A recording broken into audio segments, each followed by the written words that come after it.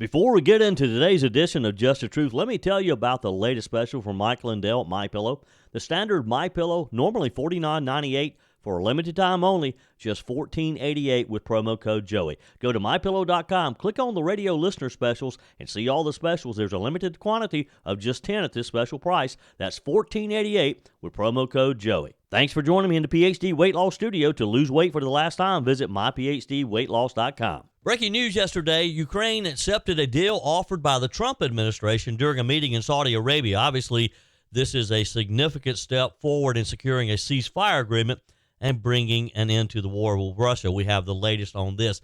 A government accountability nonprofit is calling on the House to launch a probe into whether Representative Alexandria Ocasio-Cortez misappropriated her taxpayer-funded member allowance. And stocks took another beating yesterday as the trade wars continue. Canada has backed down on their proposed 25% tariff on electricity after President Trump threatened to increase tariffs on Canadian aluminum and steel. And breaking news, or maybe not, Rosie O'Donnel has left the country, moving out of the U.S. because of her hatred of Donald Trump. I told you we'd be back. And ye shall know the truth, and the truth shall make you free. It's Joey Hudson. I wanted to name it the Joey Hudson bill, but, they don't allow you to put names on bills. But I wanted to call it the Joey Hudson bill because I know that one's been near and dear to you for a number of years. That's how it's done. Let your voice be heard. And the truth shall set you free. Here's Joey Hudson. So did President Donald Trump's strategy of throwing Ukraine President Zelensky out of the Oval Office work? Apparently, Ukraine has accepted a ceasefire deal brokered by the Trump administration during talks in Saudi Arabia. Now, all eyes are on Moscow to see whether they will agree to the terms. We're still a long way away. A lot of things have to happen, but Ukraine evidently has agreed to a 30-day ceasefire, contingent upon Russia's acceptance, of course. In response, Ukraine's willingness to negotiate, Trump has lifted the pause on U.S. security assistance to Ukraine and resumed intelligence sharing. If Russia agrees, the next phase of talks will focus on prisoner exchanges and the return of children abducted by Russia. The Trump administration and Ukraine has discussed long-term security assurances for Ukraine, though specifics have not been disclosed yet. Ukraine has insisted that European nations be part of the peace process, signaling a much broader diplomatic effort. So, Trump's strategy, peace or concessions, this is a significant moment in this situation, not only for Ukraine, but for Donald Trump's foreign policy legacy. His administration has taken a drastically different approach than, of course, what Joe Biden did, emphasizing negotiation over prolonged military aid. The big question now is whether Russia will accept the deal, and if so, what concessions Ukraine might have agreed to. But either way, it seems like there's progress. And wouldn't this be something if within a couple of months of Donald Trump taking office, this situation is settled? After we poured billions of dollars in with Joe Biden just continually writing the check. Wonder if what if they used the auto pen to sign those checks? Wow. If Russia accepts, this could mark the beginning of the end of the war. And if Putin rejects it, Trump may face pressure to increase support to Ukraine or push for even tougher negotiations. That's going to be quite interesting. I can't imagine, though, that Putin is going to push back on this because Putin has to understand the pressures that Trump will be under and that the world is watching this. Interestingly, Secretary of State Marco Rubio stated that a mineral deal would be discussed at a later date, suggesting that U.S. access to Ukraine's critical resources like the lithium and rare earth minerals could be part of a broader geopolitical arrangement, evidently not part of this initial deal, though. Russia's official response to the ceasefire deal, of course, critical to this working.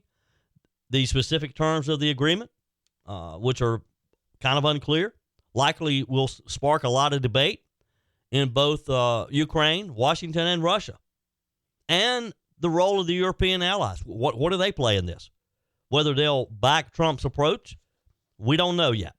But again, this is a huge shift that could mean peace between Ukraine and Russia.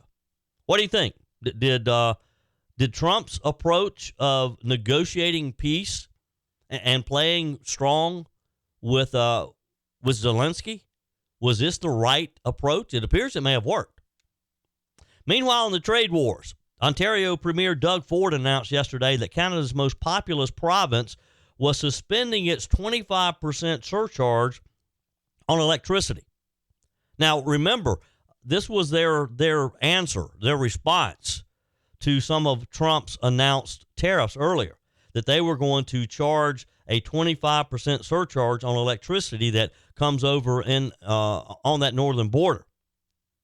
In a statement on X, Mr. Ford said he had a productive conversation with Commerce Secretary Howard Lutnick and that the two would meet in Washington tomorrow alongside U.S. Trade Representative Jamieson Greer. Ford said he would discuss a renewed USMCA with Lutnick and Greer, referring, of course, to the North American Trade Agreement signed during Trump's first term in office. Ford and Lutnick added in their joint statement, in response, Ontario agreed to suspend its 25% surcharge on exports of electricity to Michigan, New York, and Minnesota. This has been a wild ride, as nerves on Wall Street are raw. Wall Street suffered a second straight losing day. The Dow Jones Industrial Average dropped more than 478 points after losing nearly 700 points earlier in the day, and just took a beating yesterday on Monday. The NASDAQ fell more than 32 points. S&P 500 dropped just over 42 points. President Trump had written a scathing response to Mr. Ford's electricity surcharge earlier on Tuesday morning, saying that the U.S. would bring its tariffs on Canadian steel and aluminum to 50% in response. I guess they decided they didn't want to play that game of chicken. The 50% tariff was set to go into effect today, this morning. But Trump trade advisor Peter Navarro told CNBC Tuesday afternoon there would be no additional 25% increase after Ford called off the electric surcharge. He said President Trump has once again used the leverage of the American economy, which is the best and biggest in the world, to deliver a win for the American people. Pursuant to his previous executive orders, a 25% tariff on steel and aluminum with no exceptions or exemptions will go into effect for Canada and all of the other trading partners at midnight, March the 12th. Trump also warned Canada to drop their high tariffs on U.S. dairy products and said he would increase levies on Canada's auto industry on April the 2nd, promising to decimate its exports. This is wild, folks, and I'm not quite sure where this ends.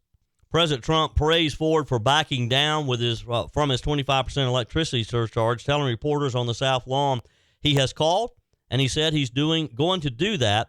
It would have been a very bad thing if he did, and he's not going to do that. I so respect that. This ongoing trade war has been brewing with Canada since the president took office and threatened the northern neighbor with a blanket 25% tariff if they do not secure the northern border from drug smuggling and illegal immigration, and didn't lower their tariffs on the U.S. You think Canada and Mexico particularly think that they can win a trade war with us? Do you think that they believe Trump is weak and will back down? Now, I know China doesn't care. Well, they probably care, but they're willing to roll the dice. But I just don't understand why Canada and Mexico would even want to go down this road. In February, Trump delayed the initial imposition of tariffs for 1 month after Canada agreed to send troops to the border and work to rein in drug smuggling. But the relationship, of course, quickly devolved, and the 25% across-the-board tariffs took effect March 4th. Now, why do you think Canada did not bend over backwards and send whatever troops they needed to help secure that border? I just don't understand it.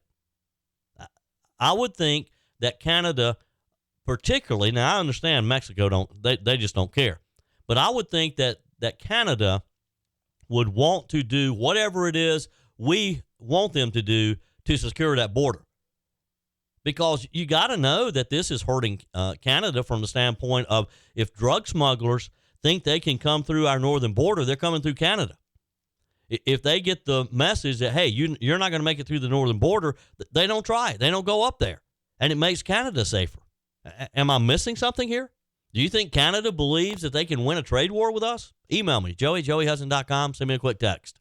Hi, Joey Hudson here. You know, this spring there's a renewed energy and focus on efficiencies, and shaking up unhealthy habits don't serve us well. There's so much chatter about making America great again, but it starts in your home with you being the best, healthiest version of yourself. And PhD Weight Loss is doing their part because for the first time ever, the first 11 callers get 2 free weeks added to your weight loss program. That is huge. PhD's out to prove that you don't need Big Pharma to reach your goals. It just creates dependency, not long-term change. Dr. Ashley Lucas researched weight loss trends for years and discovered a scientifically proven way to retrain your body to burn fat efficiently without hunger, extreme exercise, or dangerous medications. PhD clients watch their belly fat disappear, their energy skyrocket, cholesterol and blood pressure normalize without starving themselves. I lost over 30 pounds and I've never felt better. So call now and mention promo code Joey for my 2 weeks for free with my program. Call 864-644-1900. That's 864-644-1900 or go to myphdweightloss.com. I hate to say I told you so, but, well, actually, no, I love saying I told you so because here we are, yet again, watching AOC, Alexandria Ocasio-Cortez, the so-called champion of the people, get caught up in another ethics scandal. Have you seen the headlines? This time it's about where your taxpayer dollars have been going. And let me tell you, it ain't to help her constituents. So here's the story. A government accountability watchdog, Americans for Public Trust, has just called on Congress to launch an investigation into AOC's misuse of taxpayer funds. Now, why does this matter? Because every single member of Congress gets what's called a member representational allowance. It's called MRA for short. A budget strictly for official duties. Cannot be used for personal expenses. She can't take her friends out for breakfast. She can't buy the drinks at a party. She can't buy herself things that maybe she wants to check off of her gift list. It cannot be used for campaigning either. And it absolutely cannot be a personal slush fund. Well, what do we find here? AOC's office spent thousands of dollars on mysterious training sessions. Specifically, there's a $3,700 payment to a Juan D. Gonzalez and an $850 payment to a dance company. A dance company? Apparently, while you and I and Americans across the country are struggling to pay their bills, to buy gas, to buy groceries, and all the things that we've seen inflation just escalate these past few years, AOC is twirling her way through Congress, all on our money. Now, I'm laughing, but it ain't really funny. When confronted about it, her response is classic. She immediately jumps on X and says, quote, "None of this is taxpayer money. This is an FEC filing," except, actually, that's a blatant lie. The filings prove that this was her taxpayer-funded office account, not a campaign expenditure. So where does this leave us? Well, 2 possibilities. Either AOC doesn't know the difference between campaign money and your money, or she got caught and is trying to spin her way out of it. My money's on the latter. What do you think? So let's just look at this for a moment, because this is just another attempt or the latest chapter in this never-ending saga of AOC and her ethics problems, because she thinks she's above the law. She thinks that she doesn't have to play by the rules. Let's not forget, this is the same self-proclaimed socialist who showed up to the Met Gala in 2021 in a $35,000 ticket event wearing a custom-made tax-the-rich dress. Remember that? And what happened? Well, the House Ethics Pro found that she accepted impermissible gifts. And that's Washington speak for she took things she wasn't allowed to take. and she just got a slap on the hand. That's the hypocrisy that we're dealing with here. But let's dig a little deeper here, because you see the radical left, led by people like AOC and her squad, they love to talk about government accountability when it applies to you and me. When they want to tell you how much energy you can use, how much money you can keep, how much of your freedom they can take away, suddenly it's all about the rules. But when it comes to their own conduct, oh, the rules don't apply. Just throw the rules out the window. We can't be held accountable to those rules. And let's talk about what this means politically. AOC and the far left wing of the Democrat Party, they're kind of on shaky ground going into 2026 because Trump and the America First movement, they're roaring back. The squad's radical policies are failing spectacularly, and even moderate Democrats are trying to distance themselves from all this nonsense. And now that she's got an ethics scandal right in the middle of it, I don't know. Maybe this is it. Maybe this is the time that AOC really does land in hot water. Maybe they turn on her. I mean, this is what corruption looks like. And this is why the Democrat establishment is absolutely terrified of Trump's Department of Government Efficiency. This is why they want DOGE to go away. Because once Trump and Elon Musk starts cutting waste, once they start holding people accountable, once the swamp is really drained and real people like AOC they're going to have to be held accountable. There's going to be nowhere to hide. And here's what I think is coming next. The House, I hope, and I mean, they better open an official probe into this, right? If the Republican majority lets this slide, that's going to be a huge mistake. The American people deserve to know how their money is being spent. And people like AOC, who up until now thinks the rules don't apply to them, they need to be shown that, yes, you do have to abide by the rules too, just like everybody else does. Because if a Republican congressperson had spent tax dollars on dance lessons, the media would be all over it. CNN would be running 24/7 segments about how dangerous it is that conservatives are abusing power. But because it's AOC, suddenly it's just a misunderstanding. It is a mistake. It's not what it looks to be. Are you buying this? And do you think the Republicans are going to let her get by with this time? Look, if her own party is smart, they'll turn her in. They'll turn on her. They'll hold her accountable as well, because that's the only way the Democrats are going to dig themselves out of this hole, is to let the American people know that, well, maybe we were just a little misguided before, but we're going to get back on track, and we're going to make an example out of AOC this time. So here's the message to the GOP members of Congress. Investigate this immediately. No excuses, no delays. If AOC misused taxpayer money, she should be held accountable and fast. If she can't tell the difference between her campaign account and your tax dollars, maybe she shouldn't be handling money at all. Maybe she shouldn't even be in the U.S. House of Representatives at all. Maybe she needs to go back to bartending, making margaritas.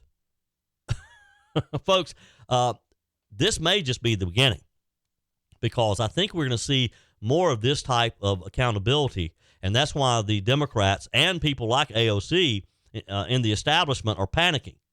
The deep state's trying everything they can to hold on to power. We're winning, and we're going to win, which means the American people are going to win.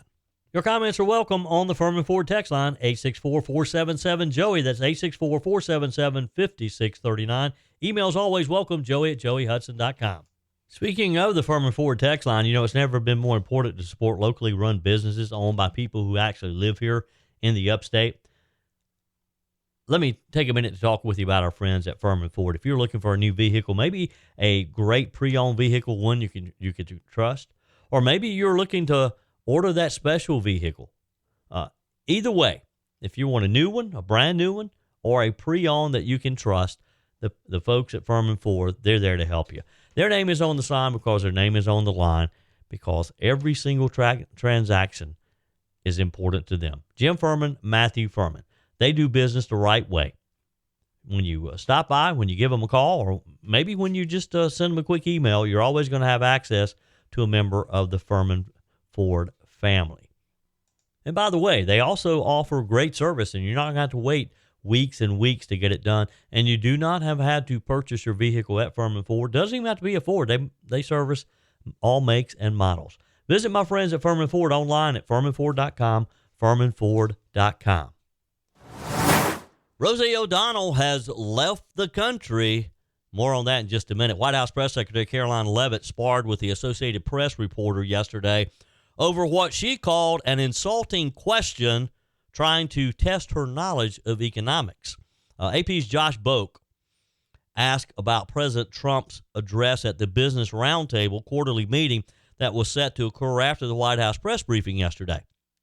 He claimed that despite Trump's previously promoting tax cuts during his last BRT meeting in 2024, that the president is now pushing tax hikes through tariffs.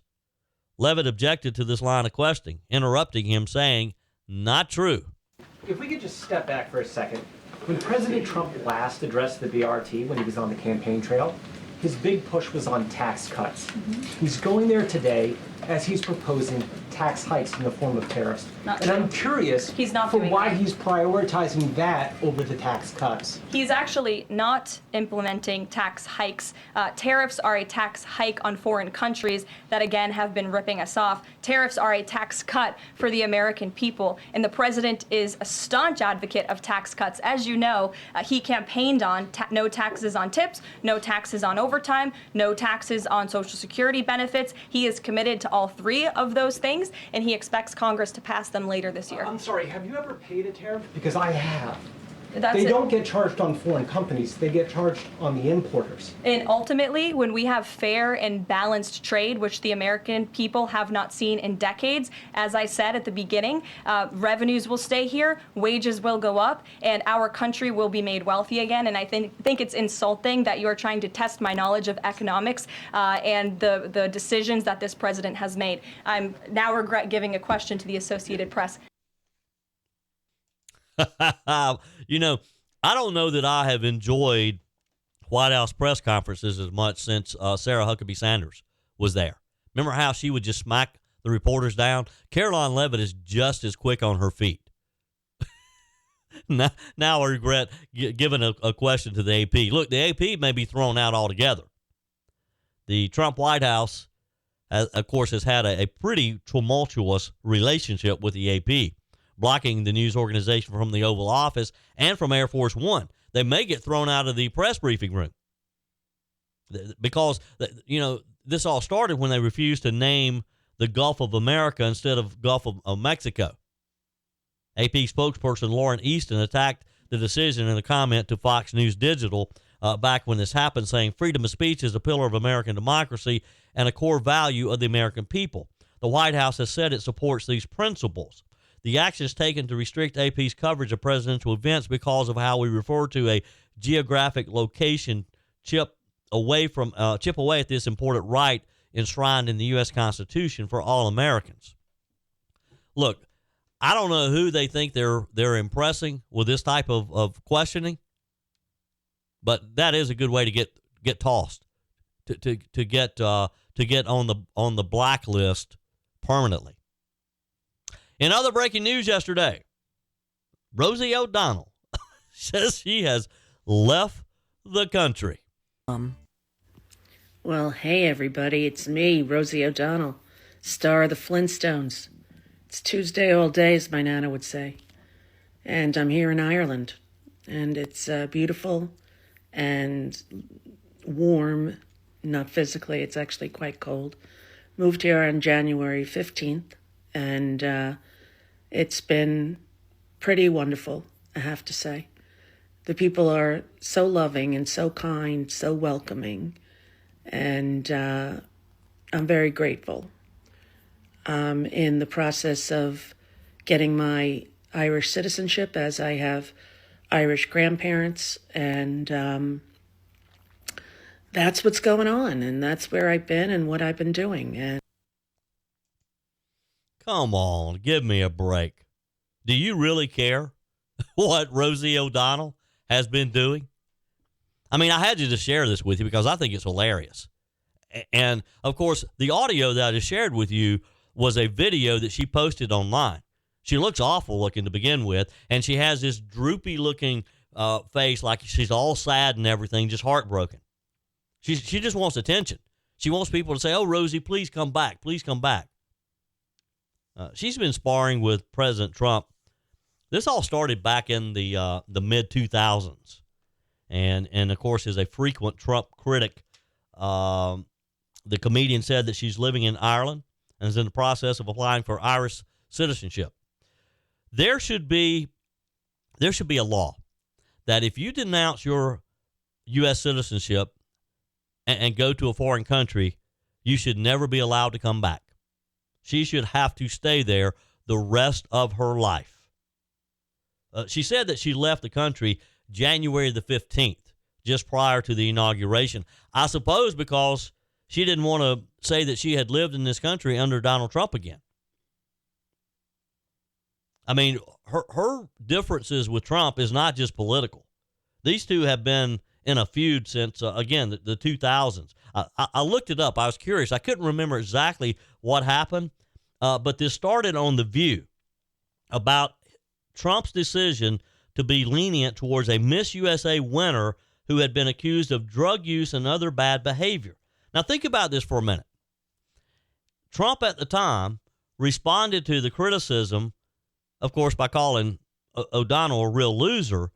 But what he said was that Miss USA, this was Tara Conner, and that he believes people should get a second chance. That he said at the time, and this is a quote, "Tara is a good person. Tara has tried hard. Tara is going to be given a second chance." Now, I thought people like O'Donnell and the left were all about second chances. I thought that O'Donnell would praise Trump for this. I had really forgotten how this all started. But she condemned him because he tried to support this young lady. And then they continued this back and forth. Donald told People magazine in 2014 that their feud involved the most bullying I've ever experienced in my life. She then stepped up her Trump critiques during his first presidential win because she never thought he would win. She never dreamed that he would beat Hillary Clinton. She jokingly told Seth Meyers that she spends about 90% of her working hours tweeting hatred toward the administration. Now, she was joking when she said that, but I think she probably meant it. I think there was some truth there. I think she's obsessed with Trump, and this isn't healthy. This lady is nuts. If he gets under her skin that badly and she spends 90% of her working hours trying to undermine him, is that not sick? I mean, has she lost it? I mean, look, I didn't care for Joe Biden.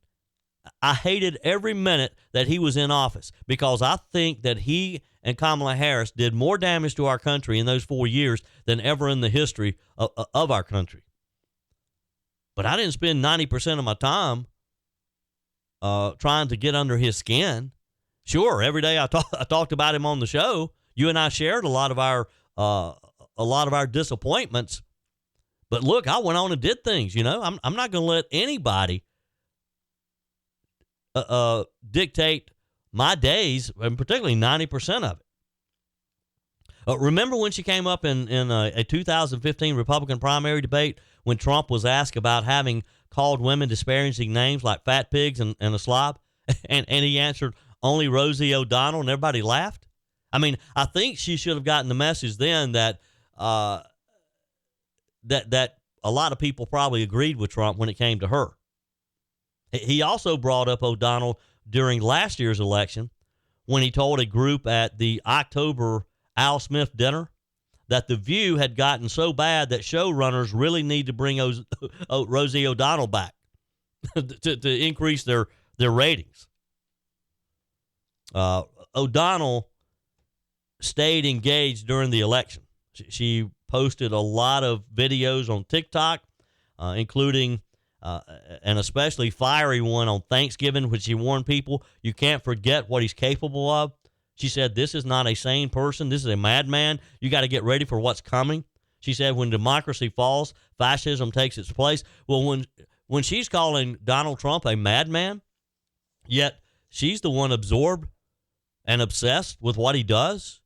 I mean, I doubt that Donald Trump even thinks about Rosie O'Donnell. Only when she comes up in a news headline like this. I'm sure he's aware that she's moved out.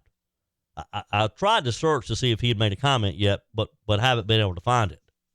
And he may not. He may just ignore it because that's what she wants, right? She wants the attention. And aside from all of her political reasons for leaving the U.S., O'Donnell says she and her daughter are happy in Ireland and enjoying exploring the country. Well, good. I'm happy for you. If you're happy in Ireland, I'm happy you're in Ireland. And again, I hope you stay there. I hope that you get your Irish citizenship and you stay there. You're not welcome back to this country. She added that she was sorry to all her fans who were worried about her and missed her. Who's worried about Rosie O'Donnell? I mean, even fans of hers, I'm not sure they're really worried about her leaving the country. I say good riddance. You agree? The comedian said that she thinks that about the U.S. every day. And she says, I'm hoping that we can turn things around. I'm counting on you, all of you, to do what's right. Well, if you felt that deeply about it, why didn't you stay here and fight for your beliefs? Why did you leave the country? I mean, how hypocritical for you to leave the country and say, okay, I'm going to become a citizen of another country, but yet you're hoping that we turn things around? Wow. She is nuts, isn't she? She's just absolutely lost it. On our guest line, representing the 4th Congressional District of South Carolina, Congressman William Timmons. Good morning. How are you, sir? Good morning, Joey. Great to be with you. Thanks for having me on. Always a pleasure, Congressman. Things have been kind of busy there, huh? You're serving on the Oversight Subcommittee on DOGE. Talk with us a little bit about what you guys are doing. We're all familiar, of course, with what the president has tasked Elon Musk to do. Give us an overview of what your subcommittee will be actually doing. So, honestly, it's some of the most exciting work I've ever done in my professional life. So what the DOGE team and the admin is doing is basically creating the systems, the back end, to force all the different government agencies to communicate with each other, and they're going to run everything through Treasury. So then what we're going to do in Congress is we're going to overlay enhanced identity verification and enhanced employment eligibility verification to then make sure that the right people are getting the benefits that they're entitled to. It's as simple as that. And we're going to get it done. And honestly, it could save anywhere between $1 and $1.5 trillion, which is going to go a long way to getting a hold of our $1.8 trillion deficit and our $36 trillion debt. So, Congressman, are you saying that you guys are actually going to be looking at, for example, an application from an 11-year-old whose name doesn't match his Social Security? Yeah, largely because that application is probably coming from an organized criminal organization in Eastern Europe. And, the amount of federal benefits that are being stolen and that are then being denied or delayed benefits to American citizens that actually deserve them. I want to help everybody that needs help, and our social safety nets are designed to do just that. But they're being overly burdened by illegals and by criminals. And so we're going to stop giving benefits to people that do not deserve them. The Democrats are going crazy because in addition to all of the waste, fraud, and abuse that we're rooting out, we're also ending things like their $2 billion grant to Stacey Abrams to buy new appliances for people in South Georgia. What in the hell, Joey? Yeah. That's crazy. Yeah. So they're going crazy because of that. But we're actually going to get benefits to people that deserve them faster and more efficiently. And we're going to make sure that we can actually help the people that need help. And by the way, if we don't do this, we're not going to have the financial ability to do anything because we're going to go broke. Yeah. Yeah. One of the questions I'm asked most often by listeners, Congressman, and with me today, Congressman William Timmons, is, okay, well, we're going to fix this, but what about some of the instances that have already happened? There appear to be large sums of money that were distributed to various people. Is there any effort to go back and look to see if there was a coordinated effort within some of these agencies, these people they knew they were fraudulently distributing this money? I think I like to use the analogy crawl, walk, run. Yeah. Right now we're crawling, and Yeah. we're going to be walking later this year, and we're going to be running next year. So I think that everything's on the table, but we first got to really wrap our hands around this first part because it's the most important part, and then we can go back. I actually have a bill that does just what we're talking about, and what it does is it forces the Small Business Administration and the IRS to share data, to basically run a report to highlight all the people that likely committed PPP fraud. It's about $100 billion. Yeah. Again, Congress did a terrible job of making sure that the right people were getting those benefits. And we didn't have any identification verification, any income verification, and we just handed out billions of dollars willy-nilly. So just by running that report and forcing the government agencies to share data, we can see who stole about $100 billion. Whether that money's still there is another question, but we're going to hold people accountable, and we're going to seize whatever we can. Yeah, well, that is good to hear because I realize all of this takes time, but if people who were responsible for that and who just glaringly stole money from our government for their friends, they need to be held accountable. All right, let's switch gears just a bit. You guys are working on a spending bill. I believe you have a Friday deadline. Talk with us where you are on that process. So we're going to pass a 6-month continuing resolution to extend the current funding levels through September. Not the play call I would make, but I'm not the guy that got 77 million votes. President Trump has asked all Republicans to support this play call, and that's what we're going to do. And it's going to pass out today, and then I get to come home. Wow. I haven't been home I was home for 48 hours this weekend, but I haven't been home for a couple of days in a long time. So I'll be in South Carolina for a little over a week. Yeah. Looking forward to it. Back in the district. So can you talk with us a little about what's in this CR and it's literally just extending government funding that has already been extended multiple times. I could tell you 1,000 reasons why it's not good, but at the end of the day, Donald Trump got 77 million votes. Yeah. And I'm not going to tell him no. Sure. Yeah. So this is going to happen.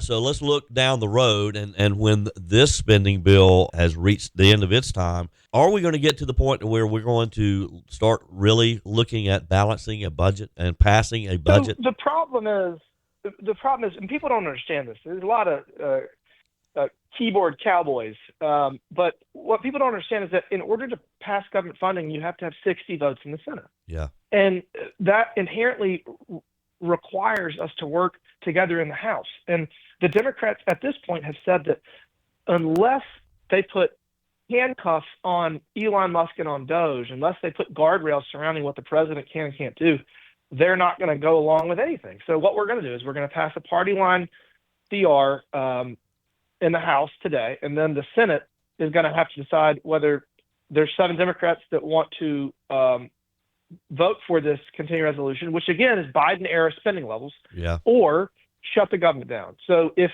the Democrats in the Senate want to shut the government down, it's going to be on them, and they're going to feel that pain. But Republicans are not going to shut the government down. And again, President Trump's made the play call, and I think it is probably one of the least bad of all the bad options. Yeah. Yep. Congressman William Timmons, it's always a pleasure. Appreciate what you do, and good luck, and we'll look forward to catching up with you again in a few weeks. Thanks for having me on. Look forward to it. Sure thing.